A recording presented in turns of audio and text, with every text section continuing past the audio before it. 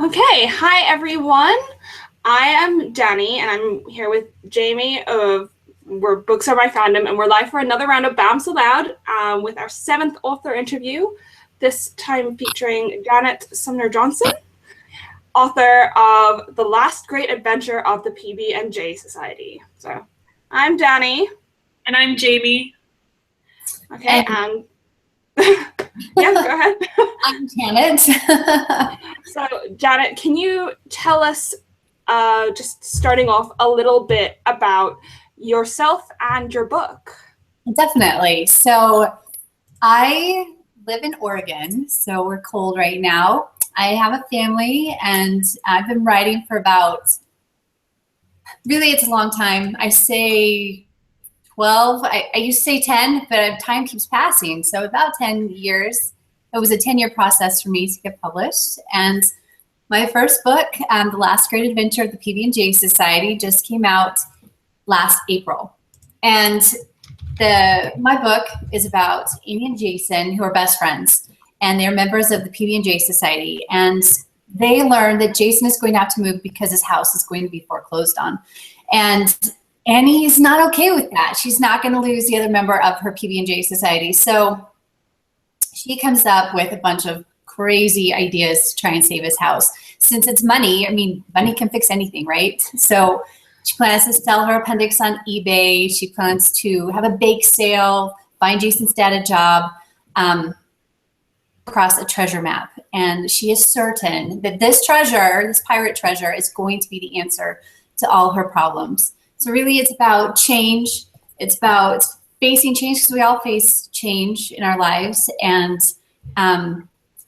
knowing that we're not powerless in the face of the change that we have in life. So that's my book. Okay, so as an FYI, Danny and I will be reviewing The Last Great Adventure of the PB&J Society on BAMF on the 19th of January. And you'll be able to see this video again. As well, Janet's giving away a copy of her book, which you can enter to win on our review post. And I really liked it, so yay. Oh, yeah, thank you. For today's session, we're going to start by asking Janet some questions, and then open the floor to you guys so that you can ask questions under the hashtag BAMSALOUD. So start asking your questions now, and then we'll choose some at random to ask later on in the show. Perfect. Okay, so, oh, and also, guys, if you're watching on YouTube, you can also ask questions in the sidebar thingy, and I'll be watching those as well. So to start off, first question, can you tell us a little bit about your main characters, Annie and Jason, and how they grow throughout the novel? Definitely. Annie and Jason are two very different people. Annie, just like peanut butter and jelly. Annie's the jelly. She's exciting. She's optimistic. She's enthusiastic, and she's go for it type person. And anything, she's going to get it done. And Jason is a lot more grounded, and he's the peanut butter, the foundation, let's not go too fast and be too crazy. And so he kind of keeps Annie grounded a little bit, and Annie keeps him a little bit more exciting. I love watching, I loved writing this book to see how they change throughout. Annie, I think as kids, a lot of times we are just really focused on our own world and the things that are just right there in our world. And Annie's very focused on saving Jason's house because she can't lose him as a friend. And so she has to have her arc and come to grow, to realize that sometimes what she wants and what others need are not the same things, and looking more for others' needs instead of just her own, and using her enthusiasm to help others the way they need to be helped, not the way she wants to do it. So that's his arc. And Jason, he has to learn to be more trusting and trust in his friends, and not be afraid to share even the hardest things with those friends. And it's, friendship is something we all have to work on. And I think they both realize that throughout the book. So. Yeah, Jamie, I get that. Yeah. Me too. Okay. I think I can hear myself from on one of your speakers. Oh yeah? Can you hear me? I can hear you, but I can also, oh, it's gone now. Well, I could hear myself. I think it was Jamie. Oops. What'd you guys do? Okay. Yeah, I like the whole idea of how you've used the PB&J, like the two different things that work really well together. Mm-hmm. Yes. And Yeah, the definitely. earthiness of peanut butter, down to earth. I was just like, yeah, grounded. Okay. Mhm. Yeah, peanuts, right? Yeah, I think one of the most like on the nose things that I don't know why I pointed to your nose. I meant to point to mine, but one of the most on the nose things in there was the idea of change and how every character, even the secondary characters, had to experience some change. And it was just really nice to see how not only Annie and Jason had to deal with change, but everybody in their lives had to deal with it as well. And I think the idea of communities coming together to deal with that change was just a really nice touch as well to that. Thank you. I that's really important to me. Is I think a lot of times we look to someone else to solve our problems, and we have communities and friendships for a reason, and we need to be there for each other. I feel really strongly about that. So Yeah. glad you liked that part. So following from that, who was your favorite secondary character and why? So this is really hard to choose because I loved all my secondary characters. But I did choose for this, and I'm going to go with Jason's dad. And I know that's probably like not anybody else's choice. From the reviews I've seen and the comments I've got, he's everyone's least favorite character, which is understandable. But I think it was watching how he changed from my very first draft to the final draft. And originally he was just mean. He was just the worst dad ever. And so angry all the time and so mean. And my critique partners, they're like, no, he is not working. So I had to sit back and really think about what I would do in his situation. And he's facing his job loss. He's not had jobs in a while, and he isn't supporting his family, and how he feels about that, because that's so important to him, and how he would react. And so watching his arc through the book to the place that he comes, he's so independent and he's so determined not to ask for help. And I'll be honest, that's a big part of myself. So I took a lot from, maybe that's why I like him so much, is I took that from me. And he has to come to terms with that. And he needs to be willing to reach out and accept help because he needs it. And people are there ready and willing to help him. And so I guess that's why I liked him so much, is that that's a hard lesson and I'm still learning it. But yeah, I loved watching his growth. I agree. I think he had really good growth. I don't know, like, I'm just like, oh, I like your book so much. But I think I really like connected to him. Like, I had a hard time connecting to him because it's just so difficult to understand where he's coming from. But in the scene where after they deal with the turkey pen and he like comes outside and hugs his wife, I was like, nope, that's it for me. I was in tears. So I just think that like a lot of what I really liked about this was seeing how characters dealt and grew along the way. So yeah. And I guess you also have to deal with it along the way, but also realize that sometimes you can't get exactly what you want. Yeah, definitely. And just then deal with that. Yes, just because we can't get what we want doesn't mean we can't make things better, and that there's something we can do. And so that was, yeah, a big part of my book. Yeah. Okay, so Jamie's kind of shared one of her favorite scenes. I'm guessing it's one of your favorite scenes, Jamie, because if it struck such an emotional chord with you. What was your favorite scene to write? This again, it's so hard. This is a book of my heart. I really wrote it and took so much from my own life. And so the turkey battle scene was super fun. I mean, you involve turkey poop and you're just going to have fun, right? And another scene I really loved was Annie with the radio contest. It was one of the last things that I added to the book, one of the last scenes. And I personally have won radio contests, like quite a few. It's really funny. But it was just, I knew what was coming, but she as a character didn't. It's hard to describe that separation, but just knowing she's so excited and just, yanking that rug out from under her feet. And her sister and all of that, I was cracking up as I wrote it, knowing poor Annie. But so many scenes, I was just, it was just a fun book to write. Annie's crazy, and her craziness. So I think every time that Annie tried a plan and it failed because she doesn't understand the concepts of like the adult world was my favorite part. Like, especially I know, right? the letter back from her uncle, I was dying. She's like, "This is the worst. He took my money," and I was like, "Oh, girl."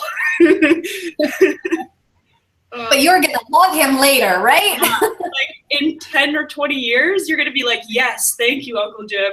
He's the best uncle ever.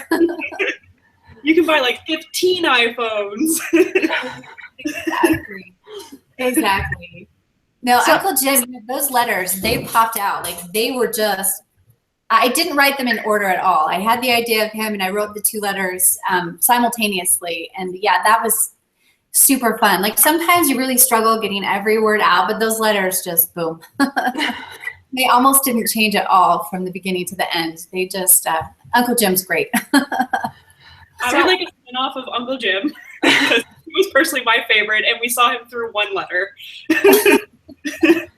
So I have a sort of a follow-up question about, because you keep saying like Annie's really crazy and stuff like that. Which of the two would you say you're most like? So I think you could block my life into two parts. As a kid, I was Annie, like not 100%, but I was always in trouble. I mean, I even fell out of a second-story window once. If that shows you how crazy I was. Yeah, I wasn't pretty, but I survived, and it wasn't even hurt. So Clearly, I and but now, as an adult, I feel like I've moved a lot more towards Jason, where I'm a lot more grounded, a lot less fun. Probably my kids would tell you. But as a kid, I was definitely Annie, and so I was crazy. Jamie, my parents love to tell the stories. Jamie, I have a question for you. Okay. Would you say that you're more Annie or more Jason? Oh, I'm more Jason, and you were definitely more Annie. Yeah. Yeah. That's so great. Danny's I was thinking the same thing. Planner like has all these big ideas, and I'm the one that's like, but how do we make these actually happen? Yeah. Yeah. Every planner needs one of you, so someone who can make it happen. Yeah. I love that. I love it. Yeah, as I was reading, I was like, oh wow, this is totally us, except we're like 24 and these are 10 and we would still do the same thing. So yeah. Yeah. So Friendship is friendship, right? We need each other. So since you talked about how you were Annie as a kid, did you draw any of like the inspiration from real life events or other stories while you were writing? I did actually quite a bit.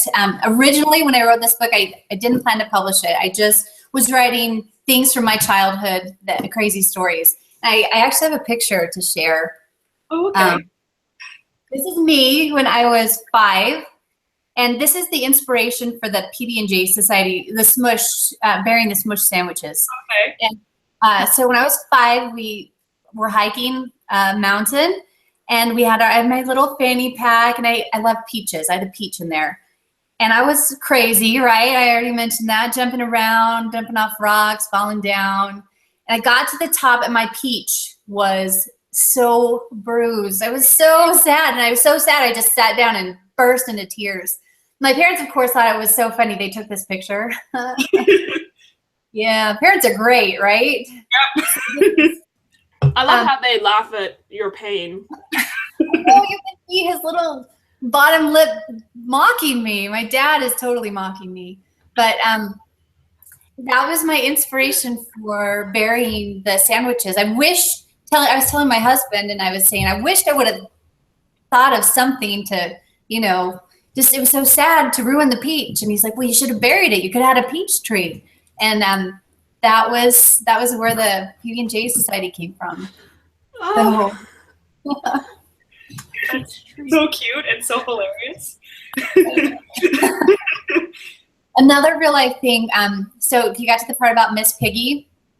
That really happened. My mom, I don't know I was 5, and we were having pork chops for dinner, and I was asking those questions. So what's pork chops, Mom? What are we eating? And I don't know what she was thinking. I think she doesn't know what she was thinking. She's like, well, it's Pig. We're eating Miss Piggy. And I loved Miss Piggy. I had the alarm clock. I was her biggest fan. I was devastated. I still don't like pork chops actually to this day. But yeah, so that made it into the book. Yeah, I can't eat lamb partly because I'm just like, they're too cute. And yeah. Also my middle name means lamb, and my Chinese astrological sign is a sheep, so like I am a sheep. Cannot eat my kin. When I was growing up, lamb chop was really big, so I know. Mom loves lamb chops, and I'm like, Mom, you're eating me. Well, it's like really Lebanese, so everything in there is lamb. But I just pretend it's not. Like it's a psychological thing because of lamb chop and the stupid little puppet and. I feel your pain. As I was reading it, I was like, oh man, lamb chop. I was like, I wonder if I can find it on YouTube. So I might have been. I bet you could. Lamb chop before this. I remember lamb chop, so. Now I have a certain song going through my head, just saying. Thanks a lot. Okay, so what was the most challenging and the most rewarding parts of writing for a middle grade audience? I'm going to go straight for the rewarding part first. I think that middle graders, they're just so full of hope, and they're so enthusiastic, and nothing is impossible to them. And I feel like I really channeled that when I wrote about Annie and her optimism, and nothing is impossible to her. And I feel like that when you're writing something, it kind of seeps into your own life. So that was actually really rewarding for me. I felt like I was a more optimistic, positive person when I was writing this book for middle graders. And the most challenging, I think, is also getting on their level as an adult. I can look back to when I was that age and write about what it was like then, but it's not the same. Things have changed so much. And so I had a niece who was 10 at the time, and I interviewed her and talked to her about what was important to her, what groups she liked to listen to, what music, what classes she took in school. I mean, things that definitely didn't make it into the book, but I think influenced. I just needed to talk to the world and what it's like for kids today, because as an adult, it's easy to forget that. But I love middle grade. They go through so much. It's such a hard age. And I feel like I love writing for them and letting them know they're not alone in all of the things they're going through. So challenging and rewarding. It goes back to rewarding again. So would you say, would you recommend that authors that want to write for a middle grade audience go out and talk to sort of preteens, children, and so on? Definitely. And, I admit I'd sometimes just sit on a park bench and just watch, or, mall or whatever. Just it's easier. I have graders of my own, so I can see what they're doing. But I think it definitely helps because it's not the same from when we were kids. Things have changed so much. This world is crazy, and they're facing a lot tougher issues than we were back in the day. So definitely get to know kids, know what's important to them, know what they're going through, and it will definitely help with your writing. Yeah.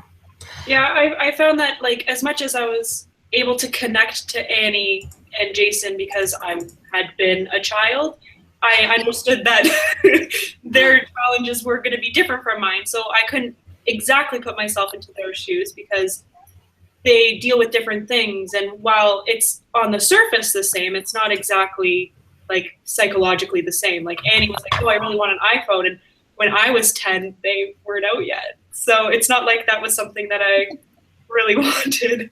So, but it was when iPods had first come out. So that's what I was saving up for. So I mean, it's the same, but it's iPod Mini. I remember those. Like the really thick ones with like. Yeah, and a gold one. And my dad got me a gold one, and no one else had it because you couldn't get them in China at the time. He got it in Singapore for me. I was like, yes. Oh, you must have been so cool. That's awesome. I hate to tell my age, I had an MP3 player. It was the pre-iPod. And yeah, it was a, you know, like a pretty thick thing, and it had these little, they looked like miniature DVDs that you would stick in there. Actually, miniature, you remember the hard discs that we used to use? It was a miniature hard disc, and you'd stick it in there, and you'd only have 10 songs on there because, you know, that's all it would hold, but. Well, to be fair, I got the knockoff iPod called the iRiver, so I was really styling as a kid. I remember that, and everyone was like, yeah, we don't need iPods, we have iRiver. I'm like, but to be fair, it held like 50,000 songs, so, and it cost, yeah, like, as much as it was more like brand thing, but for me, I was like, well, I listened to a lot of music, so it was great for me to have that, but I mean, yeah, that was our challenges or like Pokemon cards. That was a big thing too. Wow, so 90s kid. Wow, I can remember having to struggle, like, I can only fit this many songs on this thing. What do I put on? And then you're like trying to like pick and choose your songs really carefully. Now I'm just like Spotify. I do love streaming page. That has been one of the best inventions of this past decade is streaming. Yeah. Yes. It makes things much easier. And now all of the kids, everyone, like, you get 5-year-olds that have phones, and everyone has Spotify and Netflix and stuff. The youths of today, it's so easy. They don't have to struggle. Like, arguing with your parents at the age of 12, like, okay, clearly I need a cell phone, and it's like a Nokia, and you're just like, see, if you give me a cell phone, you can get hold of me in a case of emergency. Now the kids are just, you know, getting them as Christmas presents. But see, the problem with like cell phones when I was like 12 and 13 is that you didn't have unlimited texting, so my phone bill was through the roof. So you had to like squeeze everything into an SMS. Sorry. Yeah, like especially since where I went to high school, everybody was in different towns, so even to call people was long distance. Like, oh, it was brutal. Oh yeah, the calling was so different, and texting on those original iPhones, like AAA to get to the C, right? 1, 2, 3. Yeah. Oh man, it took forever. Okay. Yep. Well, this has been a nice trip down memory lane. No, exactly. Getting to know the kids. Down with the kids. Okay. Good job. Okay, so I think we are kind of coming to the end of the show. Got a bit carried away there. Sorry. I couldn't help talking about all that stuff. First, a quick thing about our next show. So next week, our show is actually not going to be an author interview. It's going to be a blogiversary chat, since the 1 year of blogging at Books of My Fandom is coming up on the 21st of January? No? 17th. When is it, Jamie? You know things. But our chat, like our video chat, is on the 21st. Okay, so our 1 year anniversary, or blogiversary, is the 18th of January. Our chat will be the 21st, which is Saturday at 8 p.m. GMT or 3 p.m. Canada time. Eastern Standard Time. Can't say Canada time because you guys have like a billion. We have like 7 or 8 different time zones, so you cannot say Canada time. You guys are amazing to coordinate it all. And then again, you can see this interview and our review of the book on the 19th. And you can also win a copy of it for yourself. So and it's so cute. So enter to win. Yay. So we usually close our show with our #1 release for the next week. It's just Danny and I. But instead, we've asked Janet what her favorite read was from 2016. And it's actually one that we reviewed, so that was pretty cool. So Janet, why don't you tell us about the book? Well, this actually was a hard choice too. I loved so many, but The Rat Prince, I am a sucker for fairy tale retellings.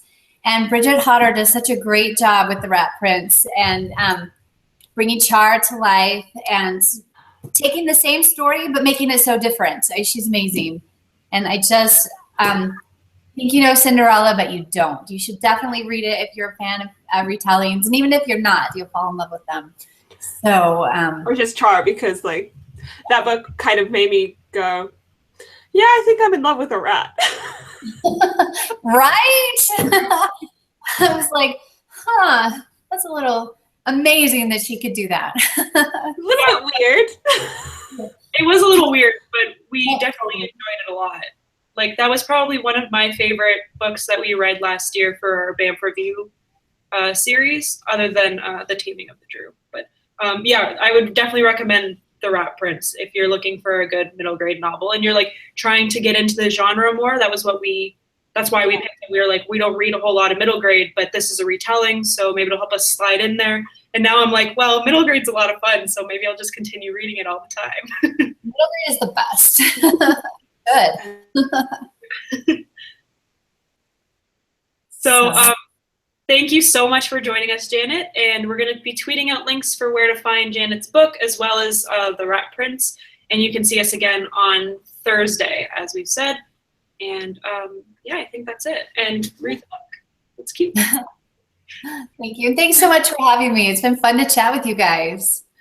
Yeah, thank you for joining us. And yeah, thank you for writing the book. And thank you for being such a great guest. And thank you. Yay. And thank you for everyone watching, like live and also later on. So anyway, thank you everyone, and we will see you next week, same time, same place. We will be celebrating 1 year of blogging at Books of My Fandom. Okay. We also have alcohol. We can do that as well. Okay. Bye everyone. Bye.